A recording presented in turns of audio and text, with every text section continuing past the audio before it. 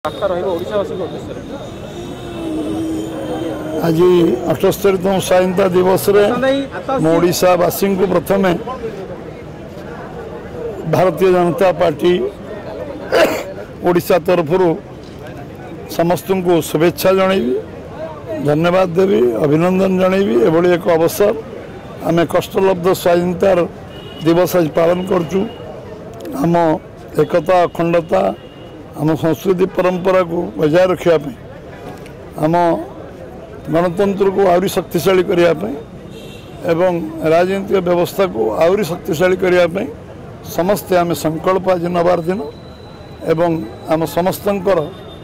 ये दिवस दायित्व दिवस एवं ये दिवस आम समस्त ओडिशा को एक नंबर राज्य परिणत करिवार दिवस एवं ये दिवस होची ओडिशार जो संभावना अच्छी एवं युवक कृषक एवं महिला मान मुहर हस फुटेबार दिवस तापाई प्रतिबद्धतार दिवस एवं आम समस्ते एकाकार ही ओडिशार जो संभावना अच्छी जो खनिज संपद अच्छी जो बेलाभूमि अच्छी जल संपद अच्छी जंगल संपद अच्छी एवं विभिन्न मानव संबल आम पाखे जहाँ अच्छी ओडिशा रे ताको पूर्ण विनियोग करवा ओडिशा को विकसित ओडिशा करवा ओडिशा को एक नंबर राज्य भारत परिणत करवा भारतवर्ष विकसित भारत को योगदान ओडिशार अधिक निश्चय आज दिन में समस्तंकर प्रेरणा उत्साह संकल्प दिन हवा उचित एवं से ये स्वाधीनता दिवस आम समस्त गोटे स्मरणीय स्वाधीनता दिवस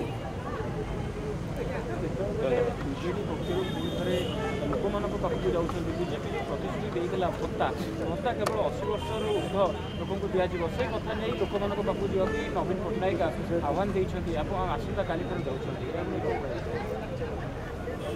आज दिन में से आलोचना न हवा उचित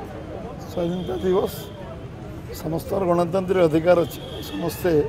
बुलवार अधिकार अच्छी कहबार अधिकार अच्छी जो मैंने करना जो मैंने बुलवा चाहिए निश्चय आम बुलवा आम चाहबू जे विरोधी दल नेता सब राज्यर सब कोण अनुकोण जातु लोकों दुख दुर्दशा समस्या बुझंतु एवं लोकों समस्या जो समाधान जो डाहिनी आम परामर्श दिंतु यही कथा आम करें एवं ये कार्य को बीजेपी समाप्त करूँ बीजेपी करूँ से दायित्व से लिखिकी लिस्ट कर दिंतु जे मुझे काम 24 वर्ष भर करें बीजेपी कार्य करूँ निश्चित भाव में बीजेपी संकल्प नहीं आसी 5 वर्ष कार्य को आम पूरा करूँ जो काम से करिपारना स्वीकार करें आम सब कर